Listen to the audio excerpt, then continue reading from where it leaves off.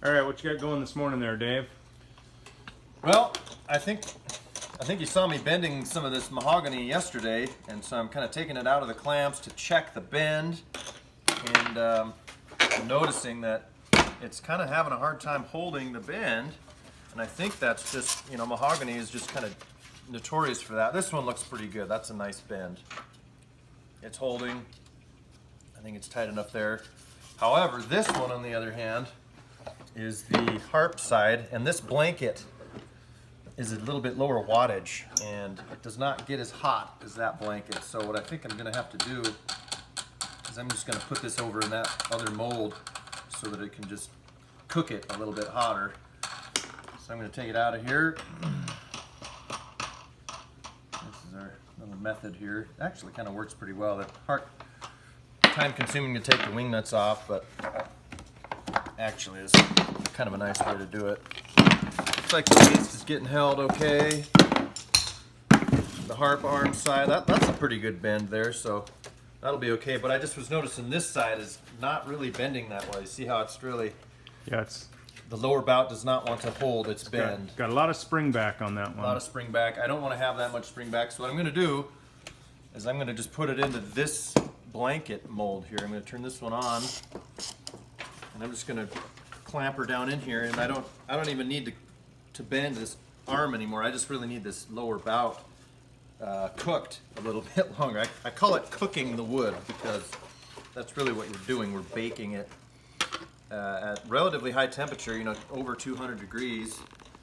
This blanket gets up there really fast, and you obviously want to make sure you're not going to burn the wood. I've definitely done that before. I've cooked some wood, charbroiled. A little overcook. A little over well done, yeah.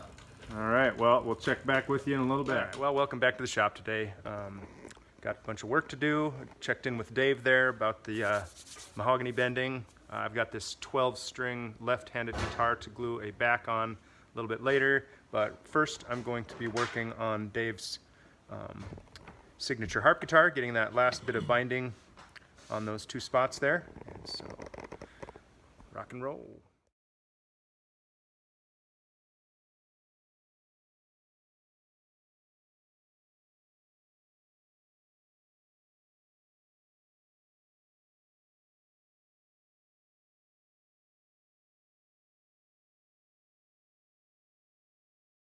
All right, so that was great. This binding turned out really nice.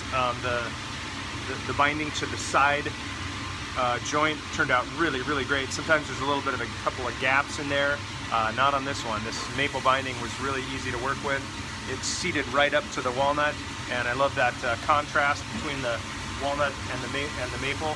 And then we got the little purfling strip there to kind of separate the spruce from the maple binding. So turned out really good. All the joints are really tight. Yeah, everything worked out great. So next I'm going to be doing the cutaway here. I'm going to just install the purfling and binding right there, and I got to get a nice little tight bee sting right there.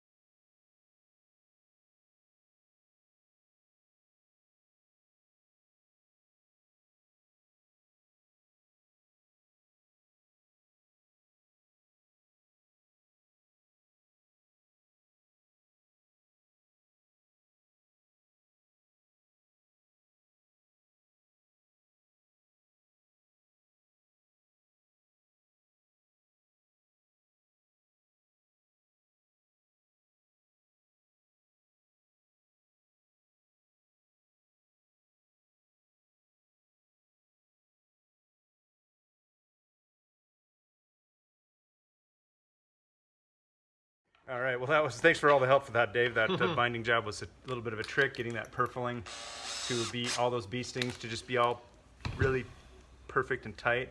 Yeah, we've got the new like harp peg head that has that hook on it for the levers, so we can add the sharpening levers, a little more real estate, but then binding that little hook, we might have to discontinue the binding on that, so this will probably be the last time you do that job. We're going to maybe have the head veneer go past that point and then have the binding stop right there, so you kind of avoid that. Then you get 3 birds with 1 stone. You get the levers, you get the binding easier, and you get to upgrade. Here's Super Mario Brothers Overworld theme, number 2.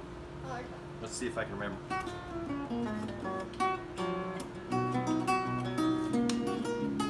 Yeah.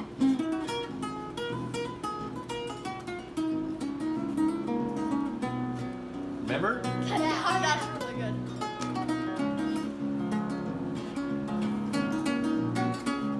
good. Is he swimming during this part? No, it's the intro. Yeah, it like goes to this big intro and it's like saying what it keeps going.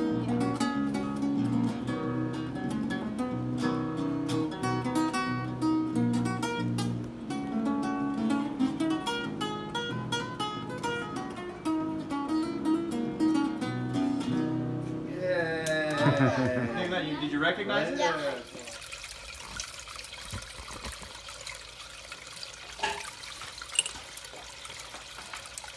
How we doing today, Al?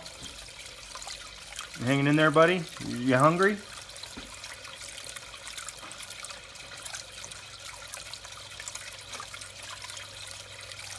Oh, that's a big piece there, buddy.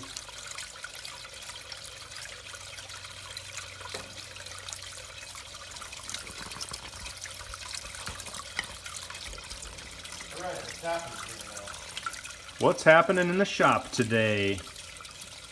Today's Thursday, so we'll be heading over to Woody's house to do some jamming tonight. And first we gotta get a few things done in the shop. So we'll be taking a look at the list and making some progress right after I finish feeding the little buddy. Ready for another little piece there, buddy? Here you go.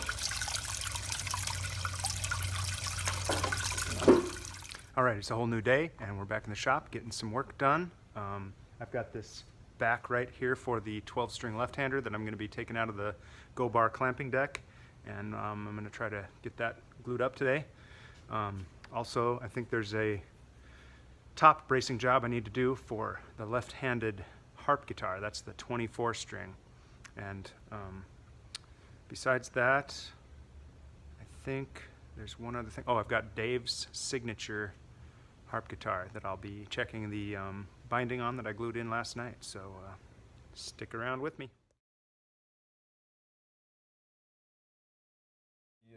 Hold on, there you go. This is a new one I'm starting, an S18 ST, so it'll have super trebles. Kind of just one of our standard models with a spruce top. So I just finished doing the rosette line on there, which is really just purfling. We put a purfling in there for a rosette line. And I just thicknessed it down to the thickness, and I'm drawing on the bracing for the back so Tone can brace it. And I still have to cut the sound hole out, so I'll do that next. So that means I have 2 bracing jobs to do here shortly. I've got that one there, that's the left-handed. 2 tops. That's the left-handed 24 stringer, and then this one, which is a standard model ST, right-handed. Right-handed, yeah, ST. Cool. Okay, and I'm going to grab Dave's harp guitar, take a look at it. Excuse me. Take a look at all those purfling and binding I did yesterday.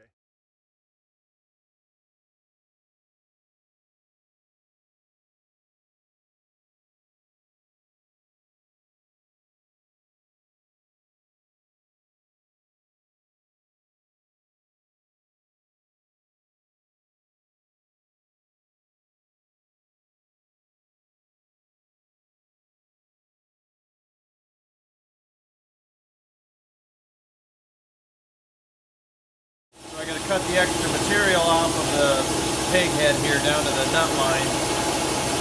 so I have to index off the back.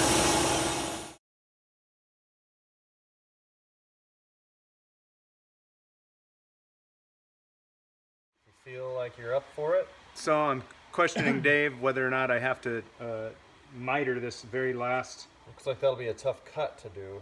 Yeah, this very last little piece of binding on that spot right there. We're gonna add binding to this spot here, so we gotta miter these two together. But I think that would probably be adequate and sufficient rather than having to try to point those two. I don't think you're gonna be able to cut that very easily. Well, it wouldn't be very easy at all, no. And this, I think, is going to make just a nice looking That's fine. binding. Okay. I approve. All right, so that saves a little bit of time.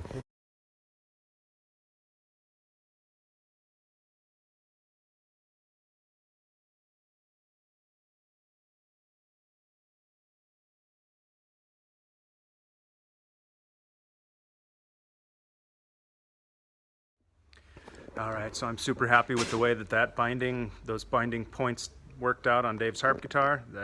That's a tricky job to do. Normally we don't do that kind of stuff exactly like that. We've got some new anomalies to work through with that sharping lever harp head and those extra little head points on there. But yeah, it turned out really nice, so I think Dave's gonna be real happy with that. All right, next it's time to glue the back on this 12-string guitar.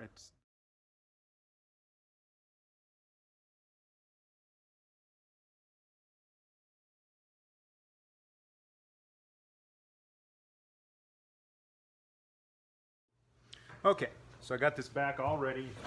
The rim is all nice and smooth all the way around for a perfect back to rim joint. Nice lining. Everything's really clean in there. Got the sound hole truss rod adjustment, and the back will go on there like so.